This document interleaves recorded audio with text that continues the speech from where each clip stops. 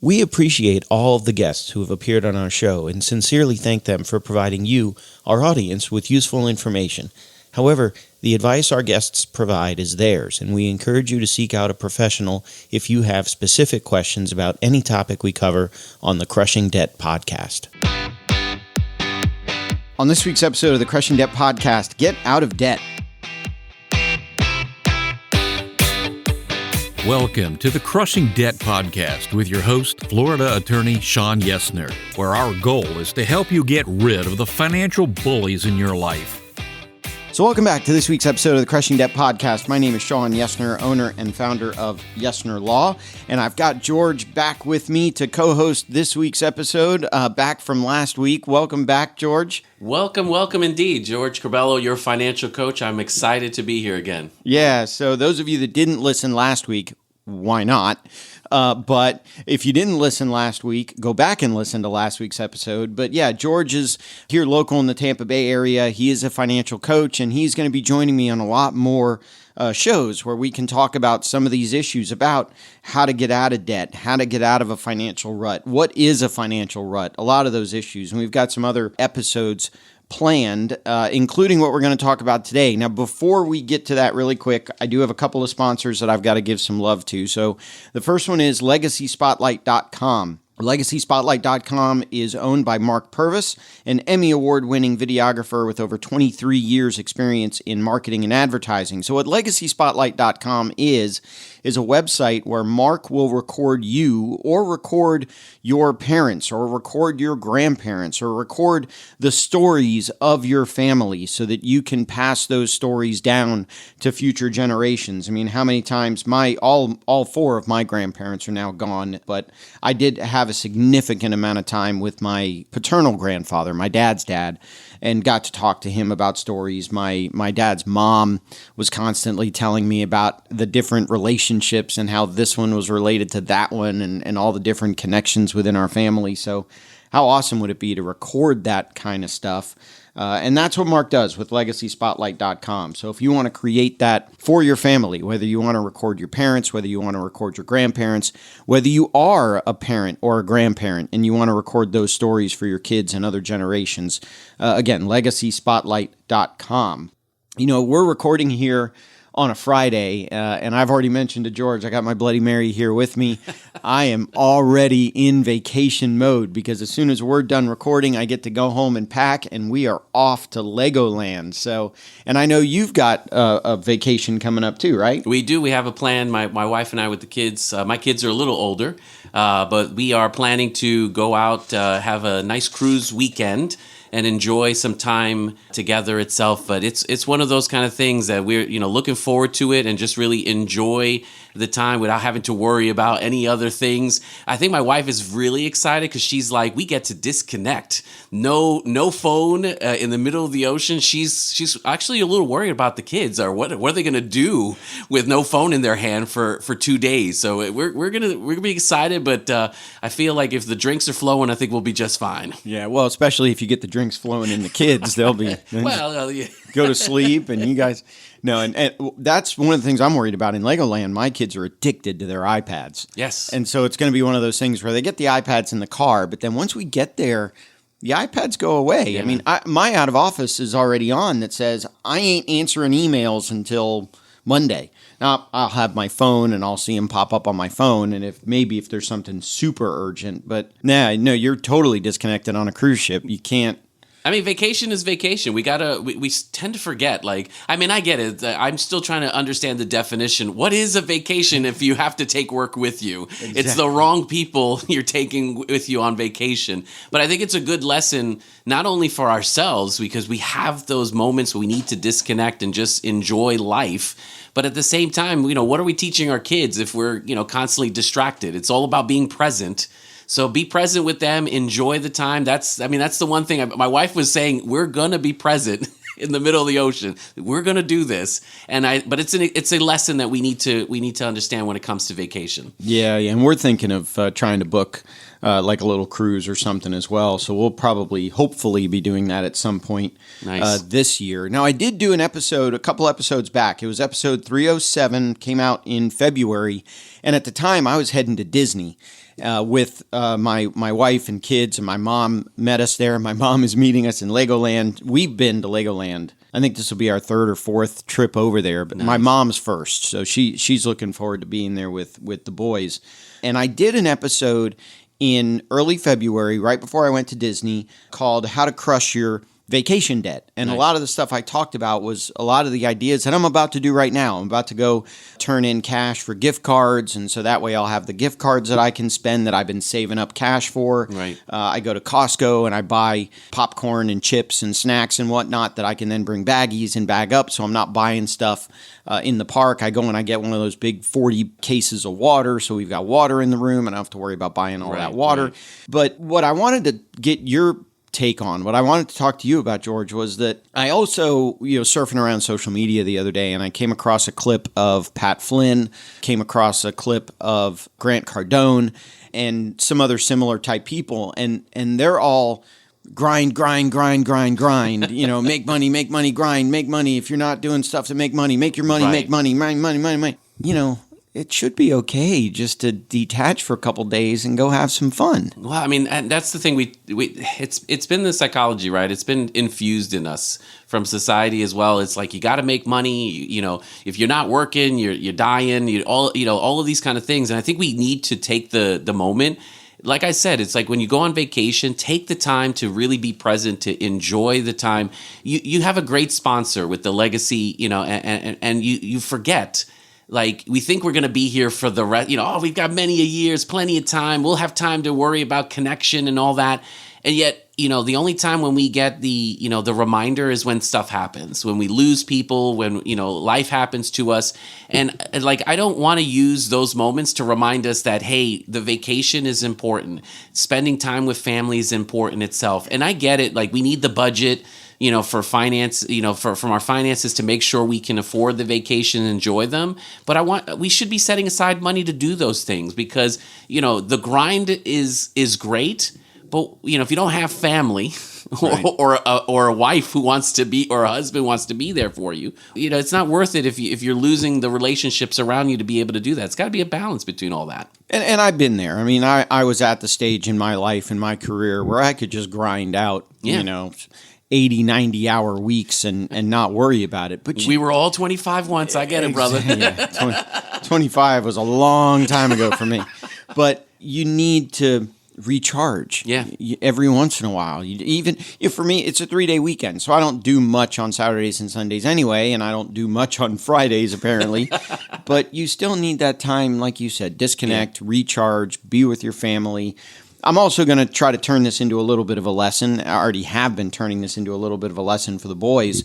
They each got, I want to say, $30 each from all the grandparents. And I know my mom will spoil them and buy them crap in Legoland. They're allowed. I get to step on more Legos when we get home in the middle of the night.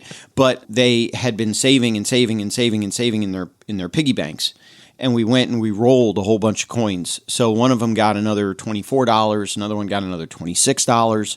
So I said I would turn that into gift cards for them. My wife and I agreed we'd add a couple of bucks. So they're each going to go, I think, with $75 gift cards each. And I'm going to tell them I need to control myself in terms of you can get whatever you want, right? But you can only get until the card runs out of money, and then you're done. Nice. So if you spend 60 of the 75 and you want to get something that's $20, you either got to sweet talk grandma for another $5 or you can't get it. Right, or get a good deal on the clearance rack. There you go. So that's try to turn it into a little bit of a money lesson that way for them. But that's what I had intended on doing. So that's good. I mean, you got to teach the kids itself. They worked, obviously putting it together. They wrapped it up. They have the money itself going into it. You got the lesson of, hey, we've got a budget. This is what we want to do. Hey, you want to eat and get that Harry Potter collection set itself, fantastic. But there's limits to everything, and I think it's a good lesson for them to be able to understand. But at the same time, you're not, it's not like a nice lesson there that we've got to take into account. So I think it's a good thing. You're still enjoying the time, but the kids there's something that you're laying seeds so that later down the road, that when they're doing it with their car, Right. in the right car, they're having those lessons that you've instilled with them to continue that as they grow up. So very important. You know, it's funny. I was talking to my older son, and I said, well, give me the cash. I'll go turn it into a gift card. Right. And he said, well, what if I don't want to turn it into a gift card? I'm like, well, Legoland doesn't take, at least I don't think, Legoland takes cash. A lot of the theme parks, especially after they COVID. started to convert, yeah. Yeah, they don't take cash. They only take cards. Yeah. And so I said, well, you got $56 here. I can turn as much or as little of it into a card as you want, but understand that if I turn 30 of it into a card and leave you with $26 cash, you can only spend 30 at Legoland. Right. And he looked at me and he said, well, is the card good everywhere? I said, yeah, it's going to be a Visa or whatever, Right. MasterCard, American Express, whatever. It's going to be a gift card. So if you get a $56 gift card and you only spend 30 at Legoland, you got another $26 when we get home if you want to go to the bookstore, if you want to go to Target, if you want to go here, you want to go there. And the light bulb went on. He's like, wait, I can use it anywhere. Okay, turn the whole thing into a card. And grandma's going. And Wait a grandma's second. coming with me. Now, I had to tell him, listen, as soon as you get this card, and I haven't quite decided yet. I think I'm going to hang on to the gift cards. But I said, as soon as you get this card, if you lose it, it's cash. Yeah, that's got to be careful with It's that. gone forever. So I think I may hang on to the card. I've got a label maker here at the office, so before I leave, I'll type up the different labels Like who's for who. this one's card, that Yeah. one's card, whatever. But Dad secretly turning everything into a money management lesson. Nah, that's a good thing, and you're not taking the fun away. It's really more of just giving them what they need to be able to enjoy the weekend, but know that there's always limits. I mean, as much as we'd like to, everybody wants to think like, oh, we'll spend, and we'll worry about the stuff later. And I think that's the biggest thing we have, even with vacation. It's like, oh, I'll just plan it. We'll put it on a card. We'll worry about those kind of things. But what's the first feeling that we have when we do vacations? And I'll call it the wrong way, but it's just vacations where we push it later. It's that regret, that buyer's remorse. And let me tell you, I get that feeling. I've had that feeling. We've done plenty of those, growing up, and even when with my wife and I. It's a different feeling where you could just say, hey, I'm going to plan a cruise. We're going to enjoy. And you know what? That unlimited drink, fee that we've got the budget for it. Fantastic. So that means we can drink all we want and not have to worry about anything. And when we get home, we can just rest and not worry about what happened. What did we spend? Oh man, we regret. No, I want to go enjoy it. Enjoy the time with the family, have the good food, have the good drinks. And when we get home, oh, you know what? I can worry about the next vacation. I can worry about the next thing. All right, when we get home, let's start saving up for the next one. Exactly. Yeah. Exactly. So it kind of transitions to what I said was the title of today's episode and some of the other stuff I wanted to talk to you about. So for the person that's listening that says, well, great, Sean can take a vacation, but he's an attorney. George can take a vacation, but he's a financial coach. How do I take a vacation? I'm so stuck in all this debt. What do I do so that I can get out to take a vacation? And I'll let you answer, but the first comment that I have is give yourself permission to go on vacation. That's the other thing. So we think, when we talk of our budgets and we put what's important to us, we always put in, we've got to pay the debt, right? We've got to pay the mortgage. We forget that we got to pay ourselves in these situations. We've got to give ourselves, fun money, miscellaneous. I'm not going to tell you, how to manage your money, how to deal with your money itself. Yes, there's goals, there's things that you want to do. If you want to get out of debt, great. But sometimes you have to start slow. And for me, it's, fun vacations doesn't necessarily mean Disney and Lego. You can go to the beach. Right. You can, I think parking maybe is the most expensive thing that day, unfortunately for our beaches. If it's Clearwater Beach, yeah, you could go to Legoland or you could park on Clearwater Beach. Exactly. But we've got, you got state parks around your area itself, doing a bike ride if you have a bike or a hike. Just walking and stuff. Sometimes we forget the definition of what a true vacation. All you're doing is I'm stopping, my focus on work or things that are, I would say tough on me itself. And for me, it's just taking time off to just spend time and focus on us. That doesn't necessarily mean it has to be, thousands of dollars to be able to do. But start there. Yes, we want to get to the point where you're doing cruises. Totally get that. We want to get but if you're in that financial rut where it's like, okay, I don't got the money. These two yahoos are talking. It's like, what are we going to do here? What about me? It's like, okay, great. But like start small, when it comes to that vacation, you work hard for your money, is our legacy going to be that, I worked, 80 hours a week and I died. No, thank you. Yeah. You can't take it with you. What about the idea of I'm going to use the vacation as a reward? So if I can pay down X amount of debt, then I'm going to allow myself a vacation as a reward. Why not? Here's the thing. We are beasts of kind of habit and motivation. If your motivation in life is the experience, because my wife is the experience, so I could tell her, hey, honey, we paid off this debt and we saved this. She's going to be like, what experience did I get from that other than you telling me this at this point? Right. If it gives you an experience, so for you, it's like, hey, if let's say you're trying to get out of debt and you're halfway through that point and you've been grinding and you've been working, why not put aside a little bit of extra money? Reward yourself for the hard work you're doing. As much as we like to say, at the end, it's like the marathon, right? At the end, I'm going to go through the ribbon and we're going to say congratulations and all this kind of stuff. Some of us are motivated that way. Some of us, it's like, you know what? No, I need a halfway point. I need a quarter point. I need a point that just tells me you're doing the right thing. This is great. Now, I'm not going to recommend you if you owe $100,000 to go and, spend another $50,000 and go, Barbados or something like that. Right. But what I'm going to say is yes, take some time off, put some money aside. There's a lot of all-inclusives or anything I get that. Don't go crazy, but I say yes, use it as a reward because that's going to fuel you and motivate you when you're working the second job or the third job or whatever job itself, the hustle that you're doing to be able to say, you know what, I'm okay. It's 11 o'clock at night or 3 a.m. and I'm still working. I have something to look forward to, and I got some motivation to keep me going on this trip. Yeah, that's what I was going to say too. And in other words, if you pay down $5,000 worth of debt, don't take a $5,000 vacation. You're just going to keep. You might, but not a good idea. Well, but that's how you're going to get stuck in that rut.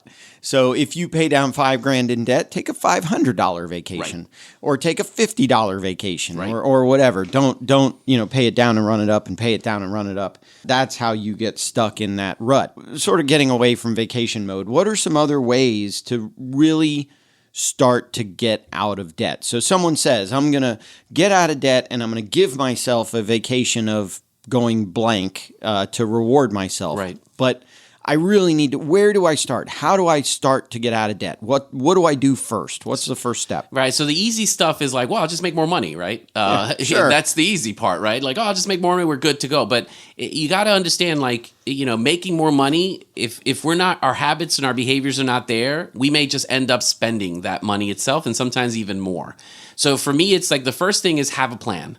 Understand exactly where you are, what the goal is, what's the debt. Because some of us, too, do you know the full list of the debt? Yeah. Because sometimes we hide it even from ourselves of I don't want to know the truth. That one of the reasons, so I run a credit report on all my clients that I file bankruptcy. And that's not really a bankruptcy conversation, but I run a credit report on all of them because I'll say to them, well, what do you owe? Right. Well, I owe Visa and I owe American Express. Okay, great. And I run the credit report and I see they also owe on a car and they also owe on an old repossession and they also owe on the IRS and they also owe this. Medical debt, whatever. Exactly. Yep. So, write it down. I think one of the very first steps in getting control of it is write it down so you understand what you got.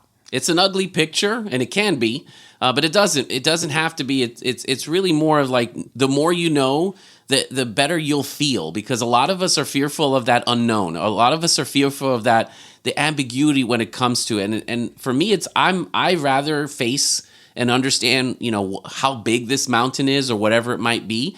You might surprise yourself. We always think of it sometimes as worse than it is, and then we put the numbers together. It's this is not too bad. But I think at the end of the day, it's let's eliminate that fear. Let's understand exactly where we are, because then that'll give us more understanding of okay, do I need to make more money? Do I need to, stop spending in certain areas? That kind of stuff. But if you don't know where you are today, it's kind of hard to know where you're going to go tomorrow if you don't have that vision. Well, and again, that's how you get stuck in those ruts. If you don't have the information. A lot of us tend to be more I mean, I tend to think of myself as an optimistic guy, but every once in a while I'll still be pessimistic. And until I was having this conversation with my wife, something bad happened at her work, and oh my God, and they hate me, and this is going to blah, blah, blah. And I was like, honey, you don't have all the facts yet. Right. You don't have all the information yet. And as she started to get more of the facts and more of the information, yeah, she made a mistake. But it wasn't a career-threatening mistake. It was a goof. She learned from it. She won't do it again. Right. And let's move on. And it ended up not being as bad as she made it in her own mind. And it wasn't a debt-related issue, but I think the same concept applies to debt. Yeah. It's not really ever going to be as bad as even with garnishments and even with all this nasty stuff that can happen, it's still never really going to be as bad as you think it is. Right. And we always put more in our head. I mean, don't you know, like, we think in this story, like, oh, this person said this. And it's like, I said, did you have the conversation? Did you do these kind of, like, no, not really. But I know in my heart, that's what it's like. Okay, stop. Right. So I totally agree with you in that. And we do the same thing with debt. It's as well. We do it with our finances. We're thinking like, I made all this money, or I do these kind of things, or I have this kind of debt, or, like, should I get this car? Like we justify all of these kind of things. And we put these things in our head. For me, it's like, look, slow down, look at the situation, see where we are today. Then we can figure out what we need to do. Because a lot of us, we're thinking like, I'll just make more money and it'll go away. And it's like, yeah, but, how much are we spending? And to be honest with you, I know inflation's crazy. I know, and everybody, that's the first thing was like, well, I got to make more money because I got to keep up with inflation. And I'm like, wait a second. Like, yes, but at the same time, do you have a budget that we can make adjustments first? Because sometimes we always think like, I just got to make more money. And it's like, no, maybe I'm spending too much in one area where I need to just make a few adjustments here and there to be able to make things work. But we don't think that way. We're thinking like, no, just, more money, we're good. That'll cover everything. Well, and that's another place that I have clients that fall into that rut, that fall into that trap is when X happens, I'll make a bunch of money and I'll be able to pay off the debt. Well, a lot of times X doesn't happen. Right, that's or, what if you can nibble away at it so that when X does happen, you can keep more of that money because you have less debt you can pay off. So that's another place I see clients that, when that deal comes through, right. and I'm guilty of it as well. Yeah, we all optimistic sometimes. Yeah. It's like, get the windfall. I've many times smacked myself in the head because I'm counting that, this client said they would hire me, so this I had it happen to me last week.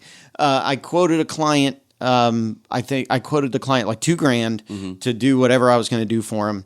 And he said, well, how about if I pay you $1,000 now and $1,000 later? And I said, okay, because it was a buddy of mine. Right. He walks into my office and he plunks I hope he's not listening, plunks $700 down on the desk with this big, like, aren't I doing you a favor smile on his face? Here's $700. I'm like, dude, it was right. Whoops. It was $1,000. But in my mind, I'm counting on $2,000 coming in, right. and he plunked $700 on the desk. So we're all, even I'm guilty of sort of counting my chickens, so to speak. No, I mean, think about it now. The housing market, right? Everybody's selling the house, making windfalls, getting a lot of money as well. Okay, well, what are we going to do with that money? Because all of a sudden, we talked about it before, like we get all this money, what happens after that?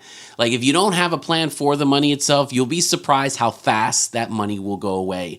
And it's more of just like, hey, look, I know the debt and these kind of things are important. I'm going to do what I need to do with that money itself, and I'll make sure that I'm in a better position afterward. The problem we have is like, we're thinking like, oh, the debt will always be there. Or we all have debt, that's it. And I'm like, I get it. Like we can, we got to have a car loan, right? And we have to have these are all things that society keeps telling us we should be doing. We have to have, this is just life. I'm like, nah, dude, we can do things better. We can do things differently itself. Yes, we can invest in ourselves. Yes, we can get a car, but do you really need the Tesla at this point? I mean, especially if you're making, not enough income to be able to afford it. Cause I mean, I'm hearing prices of like $1,000 a month to be able to own these nice, and they're beautiful cars, but really I'm like a mortgage to have a car.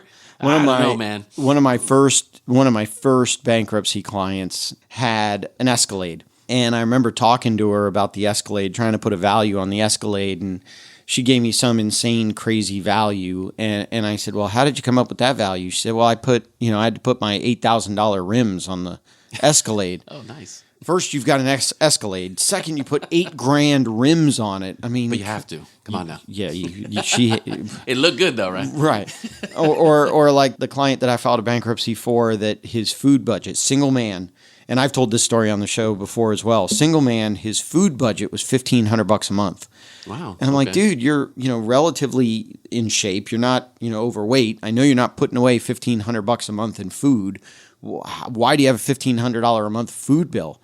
And he's like, well, I date a lot of women. Well, you're filing bankruptcy, so that's going to stop temporarily. Just temporarily. Sorry for your nightlife, your sex life, whatever. But that $1,500 a month has to be reduced for a little bit so we can get you through this bankruptcy. See, and that's the thing when we talk about the rut, right? I don't want to give up those things. Those are important to me. But you'll be surprised; those things are not. Both of those examples, I probably got the car not for me, but to show off that I can, that I've got some kind of lifestyle. So we're trying to portray something for others. Mm-hmm. Nightlight, that's for others. That's not for me in that sense. Or maybe it is. I don't know. Maybe it was for him with all the women, but who knows? But we have to kind of look at those situations and really I want to get out of debt. Okay, why? It's all about us. So what is it that we want to do more if the debt is gone? Like, I can experience more. I can live more. I can, go out and do things more. Family, friends, whatever it might be. Once the debt's gone, then to buy the $8,000 rims isn't a big deal. Or to spend $1,500 a month in food. Once the debt's gone, that's what it is. Who cares? Go for it. And I think that's where the concept, sort of bring it back to the beginning, the concept of grinding. I think that's where it all sort of comes into play. So grind in the things that you need to grind in. Grind to get rid of the debt. Don't grind to grind. Don't do it for the sake of doing it. Do it so that you can get out of debt. Well, that's what the program told me, right? I gotta grind because I went to a seminar and it told me to do these kind. Guys, I just want to circle back because I feel like we're gonna be the pessimistic group here. It's like, but it's grind because you want to. If you want to work hard, you want to do those kind of things. That's because but don't grind because I need to. Keep the bills or pay the bills or buy the Tesla or do something for somebody else. Like, if you're going to do it because it's a passion. It's something you want to do with your life. It's something you want to, but at the end of the day, you're right. I mean, here's the thing. We live, so many years on this planet, and we're so blessed. Like, if that's your legacy, that's what you really want to learn for. Like, hey, I worked all my life and I got nothing to show for it other than some, just hard work. And because I know I have a nurse friend who talks to me we talk on a weekly basis itself for accountability, right? And she tells me, she goes, most of the people that I talk to at the deathbed, what's our regrets?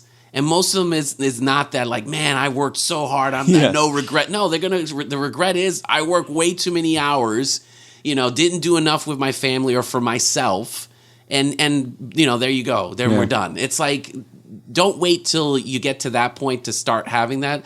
Let's start changing little by little each day to be able to say, okay, I'm taking care of the debt. Why? Okay, because I want to spend more time, or I want to do more things for myself, or I want to start that new business, whatever it might be. Don't wait until the last moments to be able to have those, because again, it's the regrets we don't want. And you can't take it with you. Nah, man. I mean, I guess you could. Well, put it in the tomb. Yeah, cash it.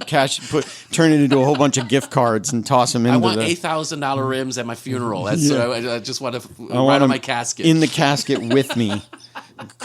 Hugging them as they Lord. Too funny. Well, cool. So, again, I'll put your contact information in, gcfinancialcoach21@gmail.com. What else do you got going on, George? Well, I mean, I'm just continuing to, do my thing, help my clients out. And really just, like I said, it's all about budgets. No, it's about behaviors and how we manage budgets itself. But locally, I'm just doing some more online webinars. So I'll definitely have some links out there for folks to be able to join. We'll have different topics. I had one about budgeting. I had one about financial literacy in April. I think this month I'm going to tackle conversations with our kids. Because that's important. We always want to, like, how do I teach my kids about allowance or savings or any of those kind of things? And we think my kids don't listen to me. So it's like, but figuring out a way to be able to give the lessons. I love, Sean, you had mentioned, I'm doing little lessons even on the Lego trip. Those are the little things that we as parents, we're not taught. No. So let's have those conversations. So I'll definitely, provide that. But that's what I'm working on, is just helping people. It's not about like the YouTubes and budgeting. It's more about the behaviors. What am I doing each day to succeed and achieve those financial goals that I'm setting for myself, whatever they might be? Nice. Well, I do want to talk about our other sponsor here real quick. Again, those of you that have been listening for a while know I'm going to be talking about Sam Cohen. Sam owns Attorneys First Insurance. He writes errors and omissions insurance, professional liability insurance, malpractice insurance. It's all the same thing for attorneys and title companies. He's here in the Clearwater, Tampa Bay area, but he focuses on attorneys all over the state of Florida. He also focuses on attorneys in the state of Texas, but he can actually either write insurance or find an insurance agent for an attorney or title company anywhere in the country. So a great way to support the show is to support Sam by introducing him to an attorney or a title company that's just getting started, just getting off the ground. He can quote their malpractice insurance, and you can reach him, Sam, at attorneysfirst.com, or his website is attorneysfirst.com. I think with that, like I said, I've been in vacation mode since I left the office last night. So had to pop in here real quick this morning, knock out one last project for a client. That's now done and in his email inbox. And so by the time you're listening to this episode, I will have been to Legoland and back. But as we record this, I gotta go convert some cash into gift cards. I gotta make a Costco run. I filled up with gas this morning, so gas is good to go. That done. Okay, good. I gotta go pack myself. So last night? So my mom is meeting us in Legoland. She lives in Tallahassee. My mom and dad live in Tallahassee. She's meeting us in Legoland. Like I said, she's never been, so she's interested in obviously seeing me and my wife and the boys and Legoland and all that stuff. More the boys, but that's more the boys, yeah. But she's not comfortable doing a lot of driving, so she's probably on her way. She's probably, as we record this, we're recording before noon. She's probably within an hour or so of Legoland right now. The rooms are ready, so she's going to go into the room and probably nap until we get there. We're going to leave Sunday and drive back to Tampa. It's only about an hour and a half, hour 15 drive. She's going to stay with us Sunday night. She doesn't want to go weekend, go, and then drive back to Tallahassee from Tampa on Monday. Yeah. So she's going to hang with us Monday, and then she's going home Tuesday morning. So I spent like 2 hours last night. We have a back bed. We have a fourth bedroom in the house that is our office area, built-in desks and computers, and we put a Murphy bed in there. And so that's for when guests come, she'll be in the Murphy bed. But that room was a train wreck. So mostly my fault with all the bills and all this. So I spent about 2-3 hours shredding and cleaning, and because I'm sure my mom's going to put on the white glove. And, she's going to sorry, this is not my standard. Let's go. There's too much start dust. Cleaning. She's going to break out the Dyson. And so that's why I didn't pack last night. Otherwise, I would have been packed last night. I was cleaning the house for Mom to come into town. So enjoy it, guys. One lesson we take from this: enjoy the vacation. Be present for your family, for yourself, and enjoy that. Because once again, we don't live too long, but we want to enjoy these moments every time. So enjoy it, brother, and have a few drinks on me. Yeah, thanks. I intend to have. I'll be with my mom, my wife, and my 2 kids. I intend to have a few drinks. A lot of drinks. Yeah. So, and the other lesson is clean before Mom gets there. Good idea. Clean before Mom gets to the house. So I think that'll do it for this week's episode of the Crushing Debt Podcast. Again, thanks, George. You all are going to be hearing a lot more from George. I'm going to see if I can't loop him in on some of the interview shows that I'm doing, and we'll continue to talk. And if you guys have topics that you want us to kick around, shoot me an email, Sean at Yesner Law. Shoot George an email. Again, gcfinancialcoach21@gmail.com. If there's anything specifically you want us to kick around and talk about, let us know, and we're happy to do it. Yes, so, give us guidance, because if not, we'll go on and on and if on. If not, and on. Yeah, we'll just keep rambling, and you don't want that. So Other than that, I think that'll wrap up this week's episode of the Crushing Debt Podcast. I hope that at the end of the month you have more money rather than at the end of the money you have more month. And we look forward to talking to you in next week's episode. If you have questions that you think would make a great topic for a future episode, please email Sean or connect with us on social media. Sean Yesner and Yesner Law, PL, are Florida licensed attorneys. The information contained in this week's episode is not a substitute for legal advice. Your situation may differ, especially if you are located somewhere other than the state of Florida. If you have questions, please contact our office or contact a local attorney. Thank you for listening to this week's episode of the Crushing Debt Podcast.